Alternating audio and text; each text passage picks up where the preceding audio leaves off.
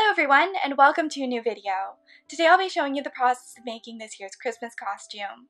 This is a bit of a tradition on my channel, and I'll have previous year's projects linked down below. Last year's project was quite reminiscent of an evening gown, and this year I went more in the direction of a party dress.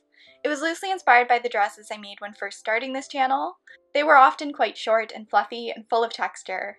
I thought it'd be fun to revisit that theme, and I was also inspired by vintage ballet costumes and the winter season itself. The end result is a white dress with lots of frills made from a glittery snowflake fabric and iridescent organza. I'm pretty pleased with it and hope you are too. Now let's get into it. Step 1 is cutting out the bodice, and since this will be a fitted bodice with boning, it needs a sturdy base layer, which I'm cutting out first. The table I'm using has a soft surface, so I'm securing the pattern to the material with push pins instead of straight pins, then cutting around them. This pattern was self-drafted and fitted with 2 mock-ups, but as always you can buy a bodice pattern and alter the neckline and fit to get something similar without having to start from scratch. After cutting everything out and removing the push pins, I'm marking the waistline and boning placement onto the pieces. The boning channels are marked at the top and bottom of each pattern piece. Once those marks are transferred, I can connect them with a ruler to create a guideline, and I'm using a pencil to mark all of this.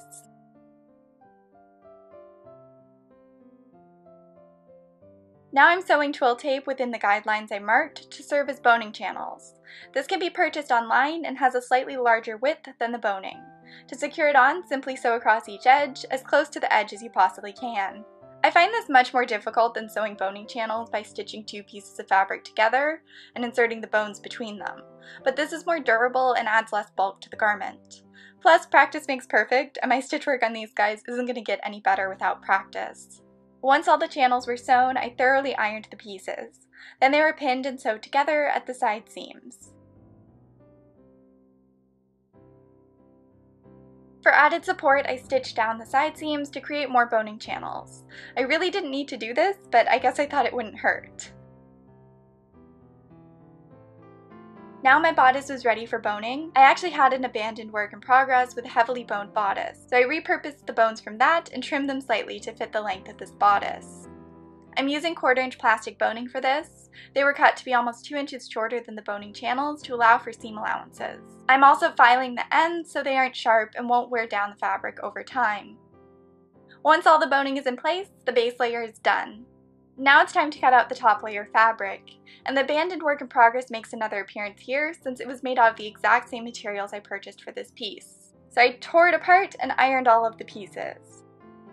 Then I pinned my pattern to the oddly shaped pieces and cut around them. There was a lot of fabric waste here, but I'd rather waste a little bit by using it for something else than waste it all by leaving it in its original form. And once again I'm using the push pins instead of straight pins. I really love this feature that this table has.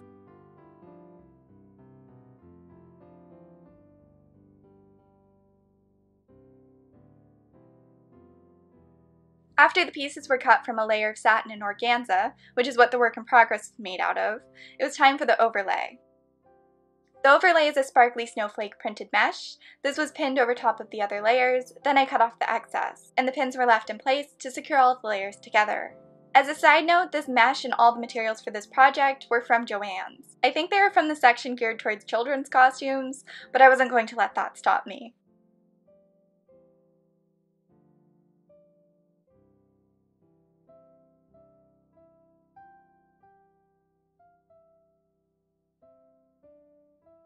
I took my sandwiches of fabric over to the sewing machine and stitched around each edge.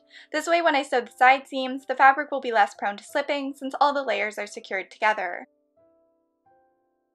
Then all the panels were ironed. I always get questions about ironing since I usually don't film the process, but here you can see that I do in fact iron things. It's just really boring to watch and difficult to film. Now the pieces can all be sewn together.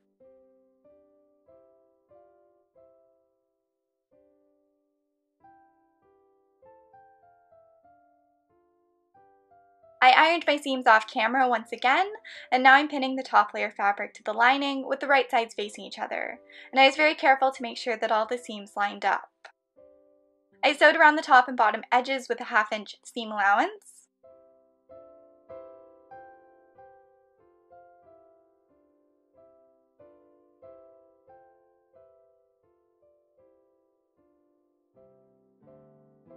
And I trimmed the corners and clipped around each curved edge to ensure it would turn out smoothly. I also lint rolled both sides to make sure there weren't dark fibers or threads on the fabric, which would show through the white materials. Then I turned the bodice the right way out. I pinned around the top and bottom edges to make sure everything was sitting the way I wanted.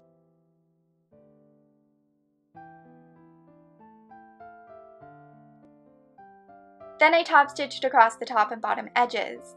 I would usually avoid visible top stitching, but since this is a modern piece and it'll be covered, I wasn't too bothered by it. And that was pretty much it for the bodice, at least for now. I did decorate it and add sleeves later on, but at this point I switched my focus to the skirt.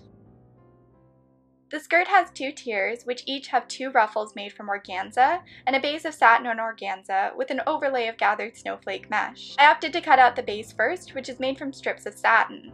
After these were cut out, I sewed them together, selvage to selvage. Though all the strips are the same length, I made the strips for the bottom tier wider so it'll have more volume. I didn't save the exact measurements used for this. In fact, I don't think I even wrote them down. I kinda came up with them on the spot, which is why they aren't included in this video. Then I sewed horsehair into the hem of the tiers to give it a bit more shape and volume. This isn't necessary, but it adds a little something to the finished piece. Also, in case you were concerned, horsehair braid is made from plastic, not actual horse. If you're curious about how to work with it, I have a tutorial which I will link in the upper corner or in the description box. Now it's time to cut out the ruffles. Each tier has 2 organza ruffles, one which is 10 inches long and another that is closer to 8 inches. The ruffles are just strips of organza that were sewn together until they reached my desired length. Also, you may have noticed and cringed at the fact that I'm using a black marker on white sheer fabric. Don't worry, the edges of these ruffles will be trimmed off later, so it won't matter. One of the cool things about this organza is the iridescence it has. It looks almost like ice when light reflects off of it. To make it resemble ice even more, I cut the hem into a zigzag pattern using pinking shears. To make less work for myself, I folded the strips into quarters, then in half, before doing this, so I was cutting through 8 layers at a time. I didn't mark the dagged hem onto the fabric, since ice isn't perfect and symmetrical. I just did it by eye, though I did use a line of pins as a guide for the depth of the zigzags. This was repeated for all 4 strips. Then the pins were removed, and it was time to light stuff on fire. I'm kidding, kind of. The organza is really prone to fraying, even when cut with pinking shears. It's also made from polyester, which melts when it comes in contact with heat. When it melts, it seals the ends of the fibers and prevents it from fraying. So do you see where I'm going here? I decided to finish all the edges with heat, and I did this by lighting a candle and very carefully dragging the edges of the fabric close enough to the flame to melt the material. You don't want to actually touch the flame, since you can scorch the fabric and, light it on fire, which we definitely don't want. I want to be very clear that I'm not encouraging you to light anything on fire. Fire's bad. You should also do this in a well-ventilated area, since the fumes from this aren't great for you either. With the disclaimer out of the way, at first I was doing this very carefully and trying to keep the zigzag shape intact, but then I realized when it melted and warped slightly out of shape, it looked more natural and like ice. So I got a little less precise with it, and I love how it turned out. I really think it looks like ice, and I find it so cool that I used fire to create that effect. I also think you could use this effect on an autumn-themed costume to make it look more like leaves. After doing this for a while, I switched to candles, and I found the taller candle worked way better. I also stopped and trimmed the wick regularly to prevent smoking, so it transferred onto the fabric, and to stop the flame from growing too big. In total, this probably took me 2 hours since I had a couple dozen yards of organza to go through, but I'm really happy with the end result.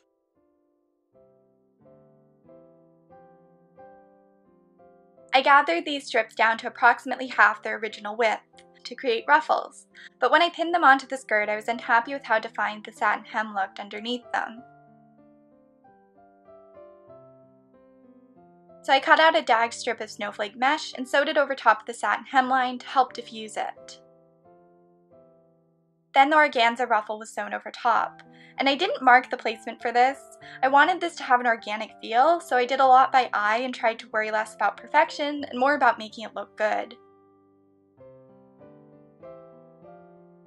The longer organza ruffle was sewn an inch above the first one, and these steps were followed for both tiers. I measured from the top of the organza ruffle to the top of the satin. Then I cut out strips of organza that were an inch wider than that measurement. These were stitched together and sewn over top of the satin layer to match the fabric combination used on the bodice.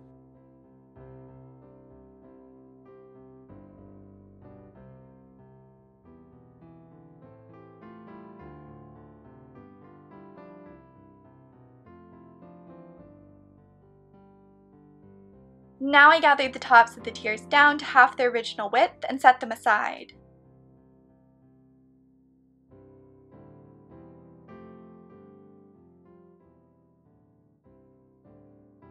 Now it was time for the Snowflake Overlay. For this I used the Snowflake mesh that I mentioned earlier, and I cut this into rectangles that were several inches shorter than the satin organza layer since I wanted the organza ruffles to be visible at the hem.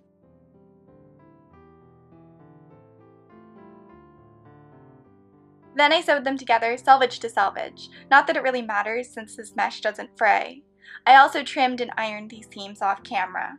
Once again I folded the fabric into quarters, then trimmed the hem into a zigzag shape with pinking shears. As I said earlier, the mesh doesn't fray, so I didn't bother to melt this edge.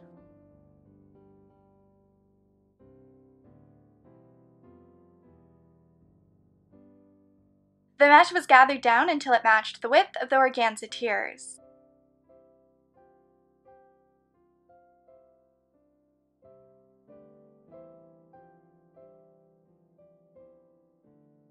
Then it was sewn to the top of the tiers. The bottom tier was then sewn onto an 8-inch strip of satin with a 1-inch seam allowance. And I sewed these with the wrong sides facing each other so the seam allowance would be facing out. It will be covered by the top tier later on. And I did this because I want the tiers to be staggered as opposed to directly on top of each other. The top of the satin was gathered down to my waist measurement.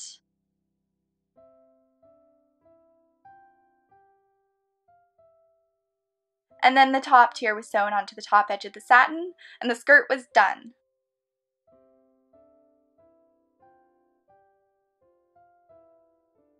I fiddled around with the skirt placement before finally deciding to sew it just below the waistline. I marked a line onto the bodice 1 inch below the waistline, then I pinned the top edge of the skirt to that line. I'll sew it on with a 1-inch seam allowance, causing it to sit right at my waist. I sewed it on very slowly since not only was I stitching through 8 layers of fabric, I was also sewing through plastic boning. I'm sorry this is so difficult to see what I'm doing. That is a side effect of working on a ruffly dress. It kind of takes over the whole sewing table. Because of this, I'm not including the footage of me sewing in the zipper and doing up the back seam. You literally couldn't see anything, and I'm sure you're familiar with the process.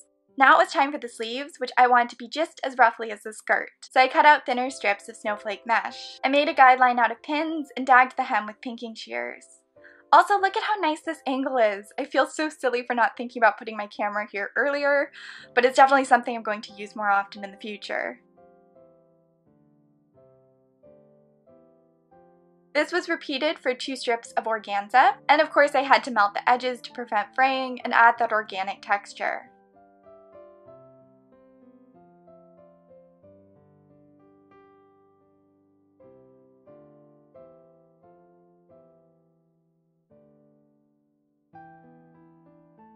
The other 2 organza layers were created from a scrap I had left over from the skirt. I used a seam ripper to remove the narrower ruffle, then cut and trimmed the top ruffle down to the same length. All of these layers were gathered down independently to approximately 13 inches, then sewn on top of each other.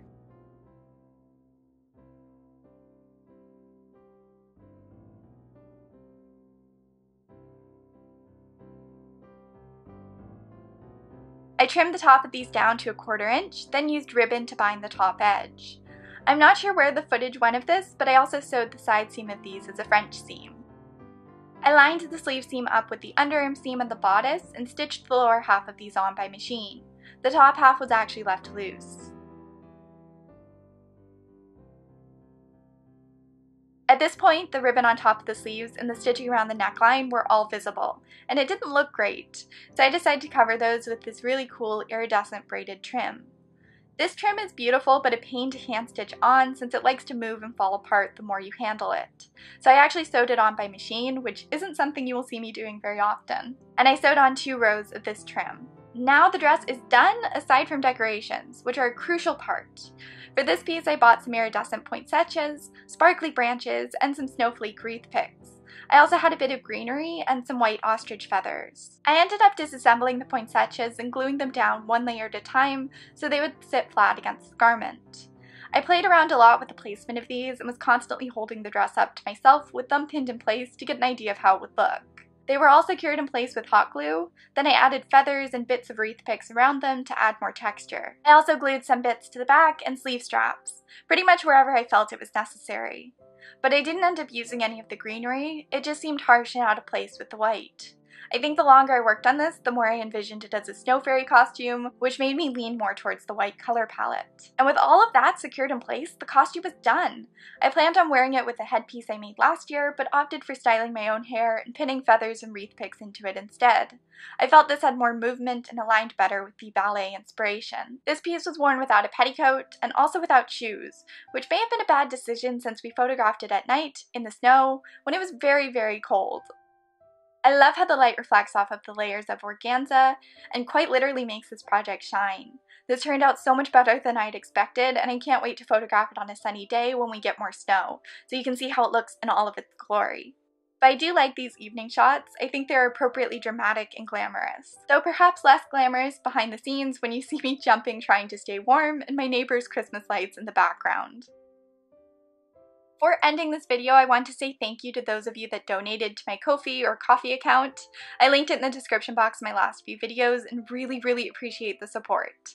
And I want to give a special shout out and thank you to someone named Brandy who was especially generous. I'm not sure what I did to deserve that type of support, but I really appreciate it and I'm so grateful.